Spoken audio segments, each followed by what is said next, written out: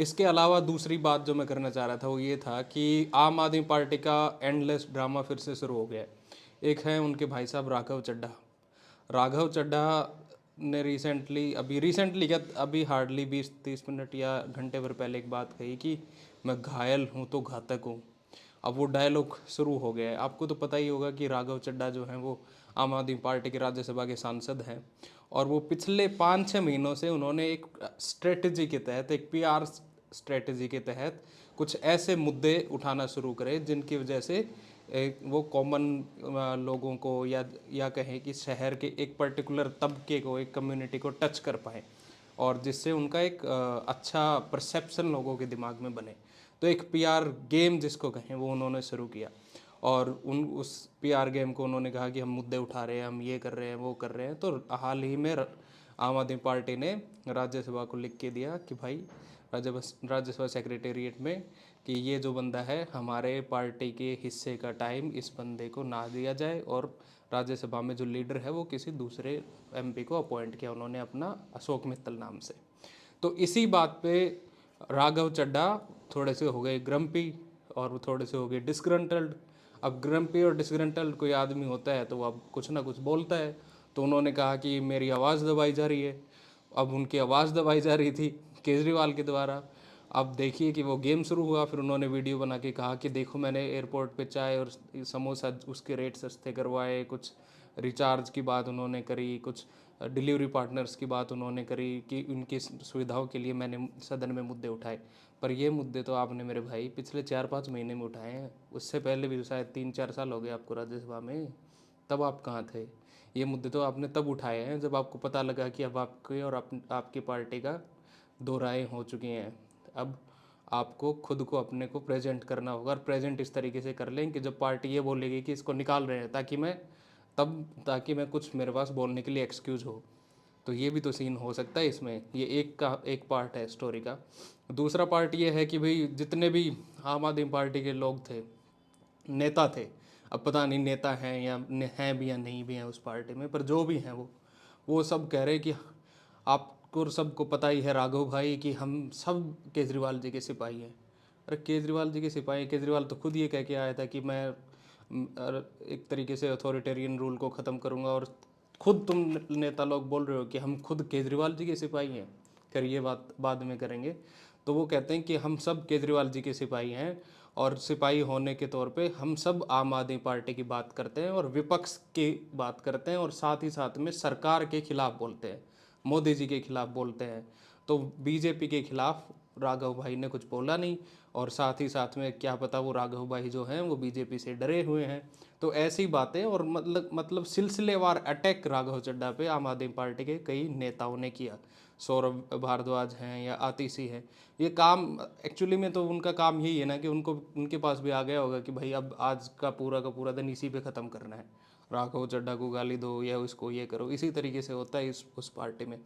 अब इंटरेस्टिंग बात ये देखिए कि एक बात ये कही जा रही है कि जब अरविंद केजरीवाल जब जेल में थे, तब राघव चड्ढा जो थे वो शायद हार्वर्ड में पढ़ रहे थे, या कुछ पढ़ के आ रहे थे, कुछ कोर्स होगा 5-7 महीने का, या लंदन में गए थे, या जहाँ भी वो गए थे वहाँ वो चिल कर रहे थे।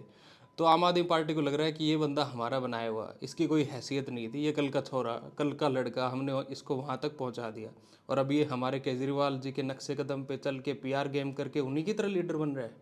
ना भी ना, ये नहीं होने देंगे हम।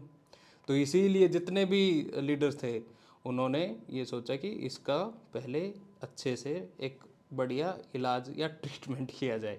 तो ये सीन चल रहा है। अब आप भूलिए मत, राघव चड्ढा जी वही हैं जिनको पंजाब की जिम्मेदारी दी गई थी कि पंजाब के जितने भी फैसले होंगे। भूपेंद्र सिंह हुड्डा ने तो एक बार ये भी कहा था कि हरियाणा में आम आदमी पार्टी का जो गठबंधन होना था उसकी सबसे बड़ी रुकावट ही राघव चड्ढा थे। ये कल का छोरा जिसकी बात हम कर रहे हैं, जिसको केजरीवाल ने पाल पोस के बड़ा किया है। इसके अलावा आप एक चीज़ ये भी देखिए कि ये जो आम आदमी पार्टी जो है, इनका जो पंजाब का जो रूल है, उसमें भगवंत मान को किस तरीके से गाइड किया जाए, बीइंग चीफ मिनिस्टर किस तरीके से सारी चीज़ें करी जाएं, वो सारा का सारा दावेदार आपके राघव चड्ढा के ऊपर था। इनकी तो शायद शादी या सगाई सगाई हुई थी आई थिंक कपूरथला हाउस में, जो पंजाब गवर्नमेंट के अधीन जो है दिल्ली में भवन, वहीं पे इनकी सगाई हुई थी। परिणीति के साथ। अब ये कई बोल रहे हैं कि भाई इसकी तो लाइफ सेट हो गई, राज्यसभा एमपी बन गया, हीरोइन के साथ शादी हो गई, और अपने आप को ये पीआर के थ्रू लोगों के सामने एक लीडर भी प्रेजेंट कर रहा है। अब सबसे बड़ी दिक्कत ये भी तो है ना आज के ज़माने में कि सोशल मीडिया पे आप अपनी एक इमेज बना दो और फिर लोग ये समझने लगते हैं कि ओ माय गॉड, ये तो कितना बड़ा पाइनियर है, ये तो कितना बड़ा लीडर है, चाहे उस बंदे को कुछ ना आता हो। वो एक लाइब्रेरी में बैठ के एक फ़ोटो उन्होंने क्लिक करी और उसमें उसके बाद राघव चड्ढा कहते हैं कि ये जो फ़ोटो है, यहाँ यहाँ ये जो स्पेस है, यहाँ मेरा सबसे अच्छा मन लगता है। उनके पीछे बहुत खूबसूरत सी एक लाइब्रेरी थी, किताबें थी जो एडवोकेट्स के पास होती हैं वैसे ही कवर वाली, पर क्लासिक्स भी होते हैं, वो सारी वही नहीं होती, पर उनको देख के ज़रूर लग रहा था कि एक भी किताब कभी खोली गई नहीं होगी। खैर जो भी है, ये उनका पर्सनल सीन है। पर असली बात ये है कि आप ये देखिए, आम आदमी पार्टी में पहले जो मैडम थी स्वाति मालीवाल, वो उनके साथ सीन हुआ, अब राघव चड्ढा के साथ सीन हुआ। हालांकि ये सीन तो होना था, ये पटकथा कई दिन पहले लिखी जा चुकी थी, ये राघव चड्ढा को भी पता था, ये आम आदमी पार्टी को भी पता था। इसीलिए उन्होंने अपनी पीआर जो है उसको अपने आप को ब्रांड बनाना, अपने आप को बेचना शुरू किया सोशल मीडिया के थ्रू, इंस्टाग्राम के थ्रू, ऐसी बातें कह के जिससे लगे कि ओ माय गॉड, ये नेता तो हमारे खुद के मुद्दे उठा रहा है। अब देखते हैं इस एंडलेस ड्रामा में, अब शायद आम आदमी पार्टी दोबारा अपना टाइम इन्वेस्ट करेगी। पर आप ये देखिए ना कि आम आदमी party, party with the difference जो है, पार्टी विद द डिफरेंस तो बीजेपी भी है, पर असली पार्टी विद डिफरेंस की बात केजरीवाल ने कही थी कि हम पार्टी विद द डिफरेंस होएंगे और हम ये करेंगे वो करेंगे। उनकी हालत देखिए क्या हो गई आज। अभी उनको बरी भी किया ईडी ने, पर फिर भी मतलब एक इस तरीके से जकड़ी हुई अथॉरिटेरियन पार्टी है वो एक बंदे के अंडर, केजरीवाल के अंडर में, जिसका सिर्फ और सिर्फ मकसद यही है कि जो इनके स्वामी हैं, जो इनके सर्वप्रिय और सर्वप्रिय के साथ सुप्रीम लीडर जो है, उनके ऊपर कोई आँच ना आए। तो उनके खिलाफ या उस पार्टी के खिलाफ खुद के नेता भी अगर बोलते हैं तो सभी एक साथ अटैक करते हैं।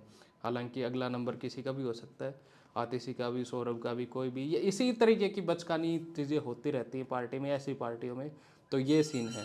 तो अब देखते हैं राघव चड्ढा क्या होगा। राघव चड्ढा का तो कुछ नहीं होना, उसने तो अपना सेट कर लिया आराम से, ब्याह शादी भी अच्छे अच्छे घर में हो गया उसकी, लाइफ सेट हो गई। क्या होना है उसका, कुछ नहीं होना, वो तो मज़े ही मज़े। पर केजरीवाल जी का देखते हैं क्या होता है। भगवंत मान भी वैसे एक इंटरेस्टिंग आदमी है, उनकी भी दिलचस्प स्टोरी है, उनका भी देखते हैं, कुछ ना कुछ तो होएगा। सो मैं हूँ Aditya Sangwan, thank you so much.